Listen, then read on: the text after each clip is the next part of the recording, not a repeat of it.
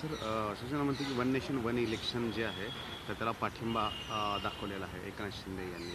काय करायला पाहिजे, तुमची काय भूमिका असते? पण माझ्या माहितीप्रमाणे जी समिती नियुक्त केली होती माजी राष्ट्रपती महोदयांच्या अध्यक्षतेखाली, या समितीने जो अहवाल दिलेला आहे त्यामुळे वन नेशन वन इलेक्शन ही शक्यता फार कमी वाटते आणि ती फार खर्चिक आहे.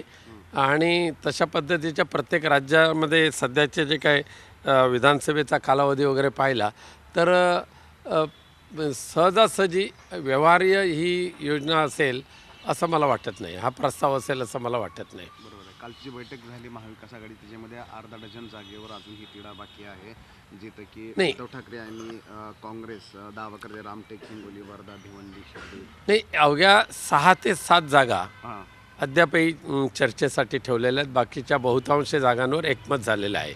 बरं. त्यामुळे येत्या काही अमृत नोनी आर्थो प्लस, ये एक प्रूवन फॉर्मूला है। इसमें मौजूद नोनी फल के गुण और आयुर्वेदिक जड़ी बूटियां शरीर को जरूरी पोषक तत्व देने के साथ साथ हड्डियों और जोड़ों के घिसने, उनमें होने वाले सूजन और दर्द को रोकने में मदद करता है। दर्द मुक्त जीवन के लिए अमृत नोनी ऑर्थो प्लस। काही दिवसामध्ये तिन्ही पक्षाचे जे नेते बसतील त्यामध्ये त्याच्यावर मार्ग निघेल. पण त्याच्यामध्ये जर खरं पाहिलं तर ते एक 5च जागा असू शकतील, बाकी त्याच्यापेक्षा जास्त नाही.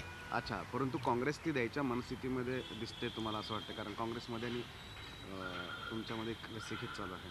असं आहे की ह्या देशातली जुलमी आणि हुकुमशाही राजवट जर उलथून टाकायची असेल तर सर्वांनी सामंजस्याची भूमिका घेण्याची आवश्यकता आहे. प्रत्येकाने आपापला उमेदवार लक्षात घेऊन जागा मागितल्या तर ते कदापि जागा वाटप चांगल्या पद्धतीने होणार नाही.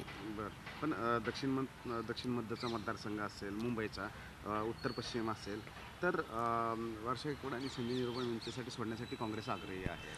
तिथे शिवसेनेचे विद्यमान खासदार आहेत हां, आणि त्यामुळे ते विद्यमान खासदारांच्या जागा सोडणं हे कदापि शक्य नाही.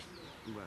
मग तोडगा कसा निघणार काँग्रेस? तोडगा निघेल समन्वयाने, वरिष्ठ नेत्यांच्या समोर तोडगा निघेल. बरं, परंतु यावर जर तोडगा निघाला नाही तर मात्र मग पुन्हा 2 फेब्रुवारीचे जे बैठक आहे त्यात तोडगा निघाला नाही तर दिल्लीमध्ये यावं लागेल असं नाही. तोडगा हा 100% निघणार. काही जागांसाठी तिन्ही पक्षाच्या वरिष्ठ नेतृत्व जे आहे त्यांच्यामध्ये चर्चा होईल, ते पण त्यामध्ये अडचण काही नाही पण आहे. हा मुंबईत निघेल का दिल्लीत निघेल तोडगा? कदाचित 1-2-3 सीटसाठी दिल्लीमध्ये पण यावं लागेल. बरं, परंतु काँग्रेस हे सोडेल असं वाटतं तुम्हाला सीट मुंबईच्या?